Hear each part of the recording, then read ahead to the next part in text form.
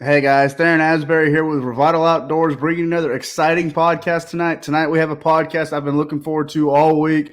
We are talking to the newest winner of the BFL Gator division from this past weekend on Lake Toho. Garrett Rocamora walked in with a little over 18 pounds, won the event. He is a known absolute stud on the Harris Chain of Lakes, the Kissimmee Chain of Lakes, Lake Toho. Anywhere in Florida, the boy can catch him, and probably outside of the state of Florida too. He operates a very successful guide business, and he also fishes a lot of tournaments out of Camp Mac, and you probably will not beat him out of Camp Mac. So very excited to have him on tonight, talk about Lake Toho from this past weekend. Before we get started, if you haven't already, be sure you subscribe to our YouTube channel. That way you get notified when all of our content is dropping. We're interviewing BFL anglers from last year that did well on lakes, and then the winners from this year in 2022 as well. So a lot of great content coming your way. Yeah, check us out on Facebook and Instagram, revitaloutdoors.com. And then if you've never heard of Revital Outdoors, be sure you check us out on our website. All of our products are there. You can purchase them off our website. We're THC free, made right here in America. So a lot of great products for all the outdoor enthusiasts to check out. So without further ado, let's go ahead and just get right to it. I can't wait to talk to this guy, Mr. Garrett Rocamora. How you doing this evening, bud? Doing good, man. Good. So, well, first and foremost, congratulations on your win this past weekend on Lake Toho. I know that the bite was absolutely sucked without really sugarcoating it. It was a tough day of fishing. You know, we had the lock go down, and it was tough to get boats locked through. There was no wind, bright sunshine. The fish are in a funk right now. We've been having cold fronts. So, dude, you put the pieces together. I mean, if I was a betting man, I'd have put you in the top three, and I would have bet on you to win it. So just tell us a little bit about your tournament and tell us about Lake Toho and what's going on right now. Yeah, so I kind of just jumped in it because, I forgot that the BFL was going on. Then I saw it and I'm like, well, I might as well sign up because there's no way it can be worse than last week. I mean, the Bass Open, you thought the other day was tough. The Bass Open was tougher because we had just got off that hard cold front. Like the hardest cold front we've had, I think, honestly, in a couple years. Because I mean, I was putting it in practice, and I was seeing 47-degree water temps on Kissimmee. Holy cow. When you see 47, I've never seen that, but when you see it, like, all right, I'm not gonna learn anything today. So it kind of it didn't practice didn't mess me up, but I was just kind of went into that tournament like, all right, we're just gonna have to go fishing. I had one area which ended up being an area that I won in for the BFL. I had one area that fish kind of normally start coming to me that time of year. So, the open was good, grinded it out. I think I had 11 something one day and 12 the next. And, same areas of the lake on the Kissimmee north end. So, I see the BFL and I'm like, I might as well sign up. There's no way it can be tougher than last week. It's gotten warmer. It might be tough, but like I just jumped in it to have fun. It was kind of a stress-free tournament. It was like fishing a local derb out of Camp Mac. That's how I came into it. And I know a lot of guys, this is like what they fish for, is to fish the BFLs. Like this is their tournament where they're all nervous and like, Mm-hmm. gosh, I gotta catch him. So I think that kind of helped me out. I kind of just signed up. I'm like, you know what? I didn't practice all week. I worked all week long.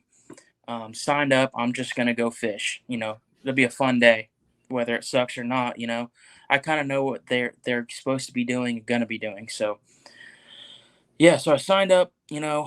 Ran straight to the lock. I think I was boat 210.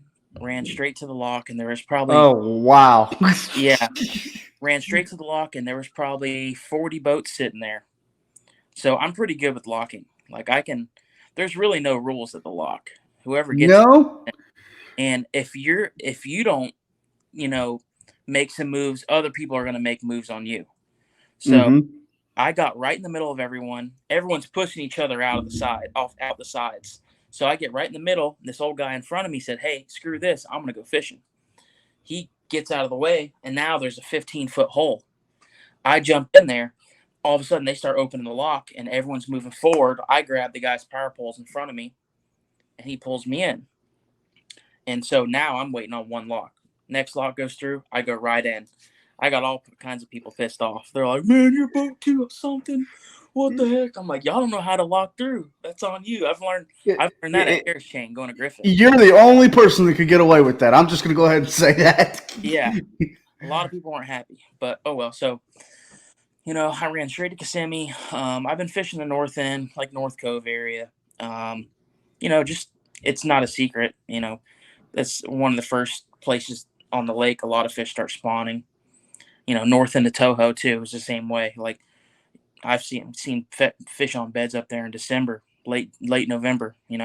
So yeah. So I kind of just had a couple different hydrilla flats, hydrilla, and I'd say a little bit of dollar pads mixed in. You know, some spots were 2.5, and some areas about 3.5, 4 foot of water. Pretty much just you know dragging a Cinco around in the open. I had to drag a Cinco on like an 1/8 ounce weight just to get bites. And so I had, Cinco rigged up, speed worm, been catching some on a out. It's actually a flipping jig I use. It's from Outcast. It's a 3/8 flipping jig, but I swim it because it's kind of got a pointy head on it and a big hook. And yeah, I've been doing that and a chatterbait, like a 3/8 because it's so thick and kind of shallow. You got to kind of use a lighter chatterbait. But yeah, so I ran straight to that spot first thing in the morning.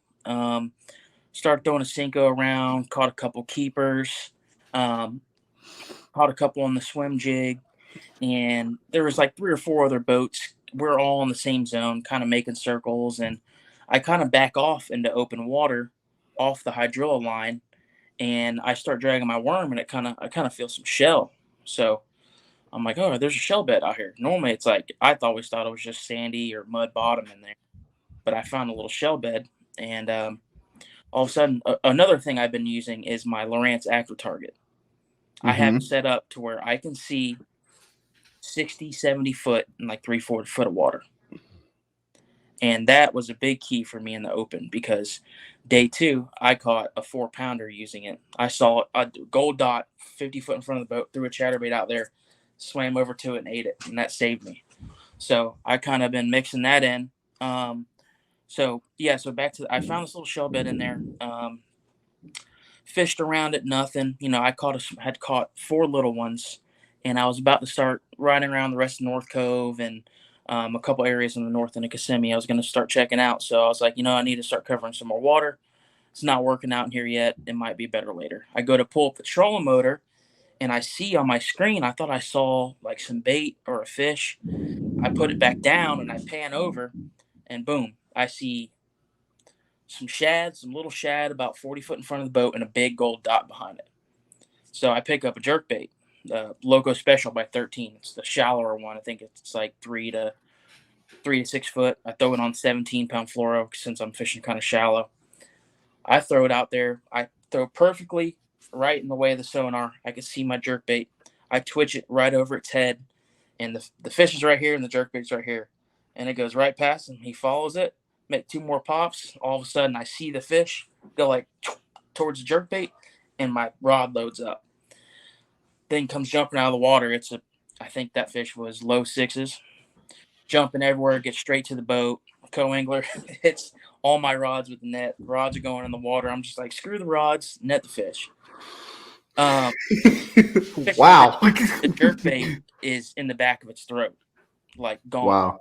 Yeah, so I'm taking out hooks. It wasn't bleeding or anything. Had G-juice in the live wells ready to go.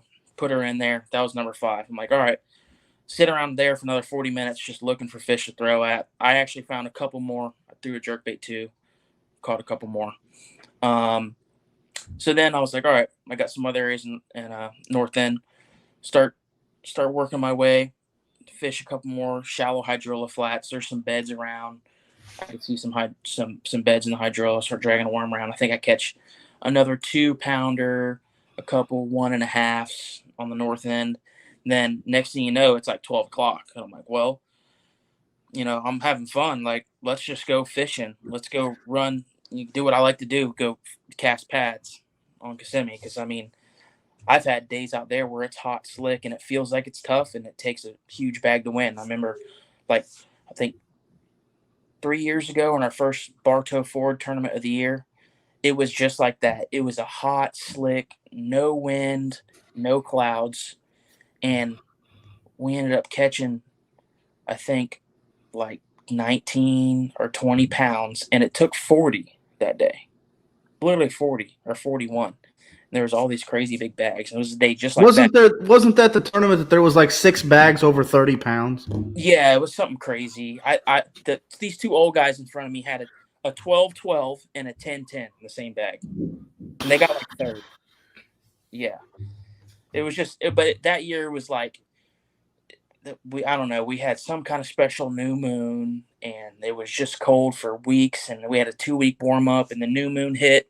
It was like 2 days before the new moon. Like when you get on, like, say if you got a new moon or a full moon, the coming days to it are the best.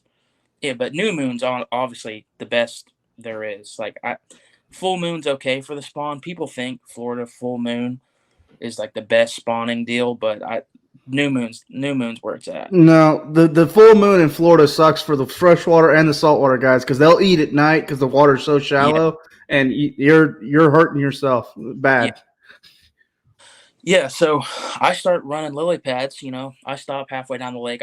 I fish some pads in 27 palms, nothing. Run a little south to Jack Slough, fish pads and fish. I have certain clumps that always have big ones on them. I don't know if it's because of the bottom or just because they're isolated, but I start running stuff. I run over to Brahma, fish some stuff, nothing. And I got one area on the south end of Kissimmee that I really love. It's actually where I've caught the biggest bass in my life. And I get down there and I start pitching. My go to is a 6-inch Gambler Fat Ace. Like, I don't even own a 5-inch Cinco, normal size. I don't even have one on my boat. Just Fat Aces. They don't eat a Fat Ace. I'm just not going to catch them in the pads. They're not eating today. Yeah, like, I don't need to adjust. No, definitely need to adjust. That does help, but they always eat the 6-inch Fat Ace. But everyone knows that they're hard to. No one can keep them in stock most of the time. They're hard to find. So that tells you And something. I'm guessing Junebug bluetail. Yep, Junebug bluetail, black and blue bluetail, black and blue, whatever I grabbed out of a bag. But if I was going to pick one, Junebug bluetail. So Yeah. So for everybody watching this, if you've never fished Florida or you're a Florida angler trying to improve your skills a little bit, Gambler Fat Aces go a long ways with the fish here in Florida. There's just something about the garlic content, that they're a mixture of yep, plastic. There's just something about Gambler in plastic and in Florida that just works yeah, it's crazy. But for sure. yeah, so I get to the So south and then I start casting and pitching pads, and right away, like, boom, pound and a halfer, boom, 2-pounder, boom, 2-pounder. So now I have a big one and 3 2-pounders, like 2.5s, and then like a 1-pounder. Or I think I had no, I had a big one and 2 2-pounders and 2 little ones. Like, I needed to at least get rid of the 2 little ones. The twos were like 2 3/4 pounders, just solid fish for being a tough day. So I get this one super isolated pad patch I've actually caught multiple big ones out of before. I cast in there, I see the whole thing shake, and I press my button. My line's going like this across my reel. Fish is just swimming out the pads, out in open water. I'm like, keep going, because they're not going to let it go. So I let her swim, swim, swim, click it over, let her get the line tight, and I normally don't jack them, but I kind of just hit her one of these. Freaking comes up jumping, big one. And she's going left and right, left and right. I finally get her to the boat, pull her head up right into the net, and she was hooked. She had it the whole time, but she was hooked between the eyes. And I use a 4-aught Hayabusa HD worm hook that's like the freaking best. I've messed with so many different worm hooks, and that one seems like, after the last couple of years, that's about the only one I use for is worms. it a flipping hook or do you use a EWG? No, I actually use the worm hook, OG worm hook. So the straight just circle worm hook. Yeah, yeah. Wow. Okay. Okay. Yeah, it hooks them good. I mean, I'll if I'm flipping pads, like, I have a setup with like 22-pound fluoro and like a little bit heavier weight, like a 3/8, for when I'm flipping really thick pads, nothing you can cast, and I'll set up a extra wide gap. Um, but normally, like, a flipping hook with a Cinco, you know how it is. Like, that hook comes straight through. It gets so annoying. But Mm-hmm. But that's what some people like. I don't like it because I'm always having to fix the bait. I just go with the extra wide gap and normally don't lose them. But yeah, so land that big one. I'm like, heck yeah, that's 2 big ones. Like I got a chance now. Like my co-angler was like, yeah, man, you're gonna get a check now. I'm like, screw a check. I want to win. I'm like, I'm not here for a check. Like I'm just having fun in this. I want to win it. So Right. I start making my way back to the north end and hit a couple spots in between.